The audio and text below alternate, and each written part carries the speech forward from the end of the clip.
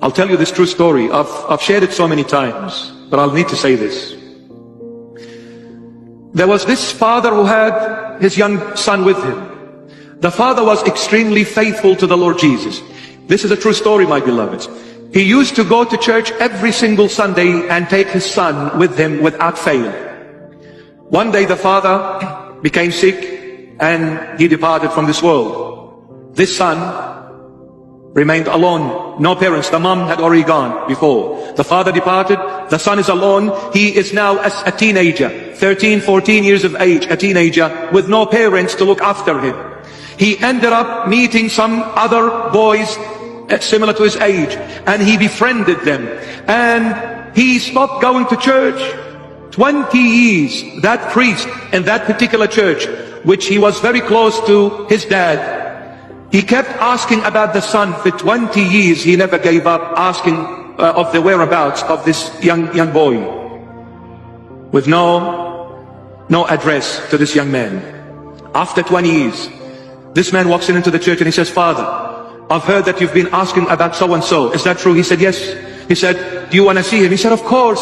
He said, "Here is the address, Father. He lives at this address." Wow. Monday came. The priest ran to that boy's address. He knocked at the door. That boy opens the door. He is a grown-up man now. 20 years have gone by. He is a mature adult man.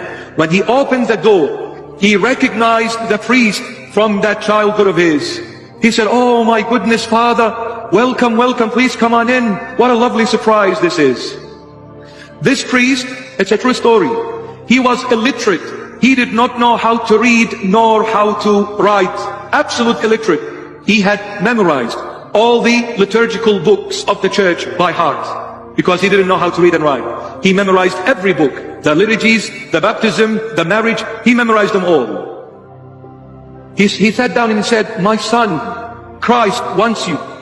And this was his statement to every human being he would meet. Christ wants you. That was a statement. To every person he would meet, he'd say, "Christ wants you." He said, "My son, Christ wants you. You've been missing in action for 20 years. He said, "Father, I promise you, next Sunday you will see me in the first row sitting in the church." He said, "I will be waiting, my son." Sunday came. That man did not show up. The priest goes on the following day, Monday, again to his house, knocks at the door, and he opens. He says, "Oh, Father, come on in. I'm so sorry. You know what, Father, I was gonna come, but something came up in the last minute and stopped me from coming. Please forgive me, Father. Next Sunday, I promise you, I'm coming, and I'm sitting at the front row." He said, "I'll be waiting. Christ wants you." And then Sunday comes. That man does not show up. The following day, Monday, the priest goes again, knocks at the door. That son opens the door and sees the priest. He said, "Father, listen, let us not kid ourselves. You know very well what my job is. That young boy, when he mixed with the wrong people, so-called friends, they led him to the dark path. He ended up being the ringleader of the biggest drug syndicate in that country, the biggest drug dealer in that country. This innocent young boy who was going to church without fail religiously every Sunday ended up being the biggest leader of the drug syndicate in that particular country." You see what happens when you mix with the wrong people? He said, "Father, you know very well what I do for a living. So let's not kid ourselves anymore. Don't waste your time, and definitely don't waste my time. Can your Jesus give me the money that I make every month? Can he?" He said, "My son, Christ's treasure is endless. He is full of riches." He said, "Father, please, go and find another son for your Christ and leave me alone. Don't ever come to this house ever again." He said, "My son, but Christ wants you." He said, "Please go away." The priest goes. He waits for this man to come on Sunday. Obviously he didn't come. So the priest goes on Monday, the following day.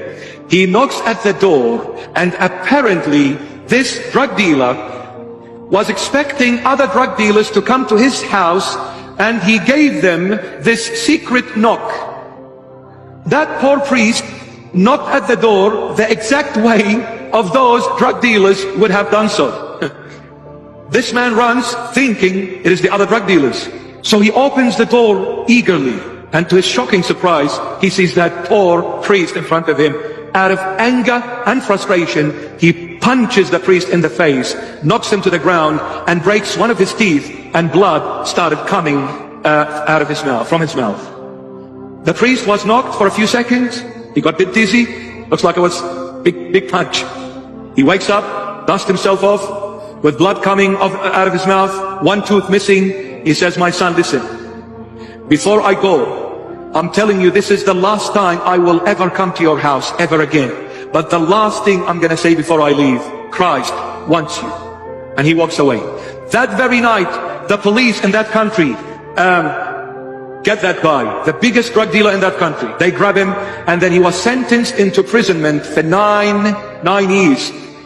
He was thrown in a dungeon, not even 2 meters by 2 meters, underground, absolutely dark, no windows, no light, no nothing.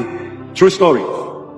9 years he was going to spend in that little dungeon underground. When he looked from a citadel, from a mansion into a dungeon, he said, "I can't last 9 seconds. Impossible, I'm going to last 9 years. I'll kill myself." He started bashing on those bars, screaming on top of his voice, "Get me out of here, get me out of here, I can't do it." That prison warden came laughing at him. He said, "Outside you were like a lion. Look at you now, you little mouse. You can scream for as long as you want and as much as you want. You are underground. No one will ever hear you. No one will ever come to your rescue. You will rot like a little mouse in this dungeon." He said, this guy is telling the story himself, true story. He said, "When I sat in that dungeon, absolutely destroyed, he said, I heard a noise in that dark dungeon. I became frightened. I said, oh no, there is another person in the dungeon. Maybe he's a serial killer. He's gonna rip me apart." He said, "And I saw a small bright light coming in that dungeon. I became afraid." He said, "The light started to become bigger and stronger, bigger and stronger." He said, "Until it became so bright, the entire dungeon was lit up with a light that is stronger a million zillion times than the sun we see in heaven. And in the midst of that light, I see Jesus Christ of Nazareth sitting on that ground in that dungeon with both hands and feet chained to the ground." I said, "Lord, what are you doing here? What are these chains in your hand, and why are you in this dungeon?" And then he said, "The Lord spoke to me. And when he spoke, he opened his mouth, and I saw blood coming out of his mouth, and I realized one tooth was missing in his mouth."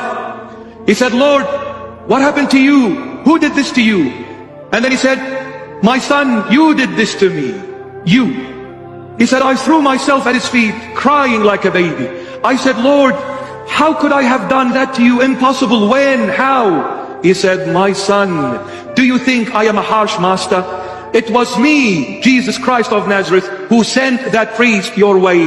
He is my servant. I sent him to you. I was searching for you through this priest, and I begged you to come to my house. You refused my calling. When you punched that priest in the face, and you broke his tooth, and made blood come out of his mouth, you did not punch the priest, you punched your Jesus. For I am that priest."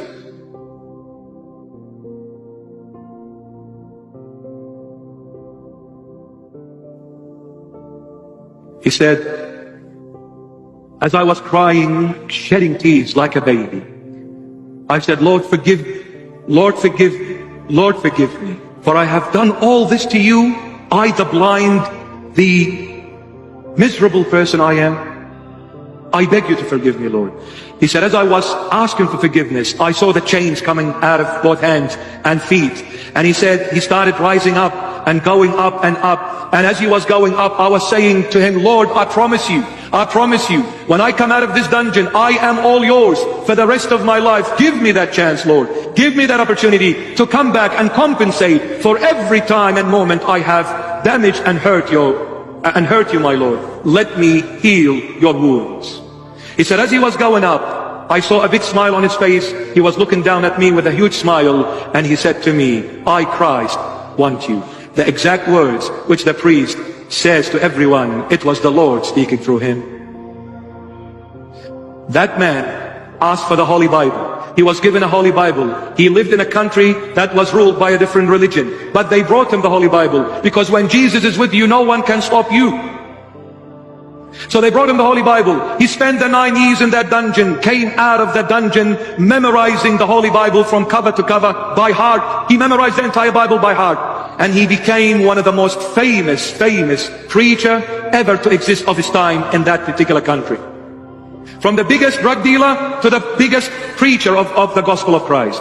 How did that happen? Because he went into the prison. He was put to the test.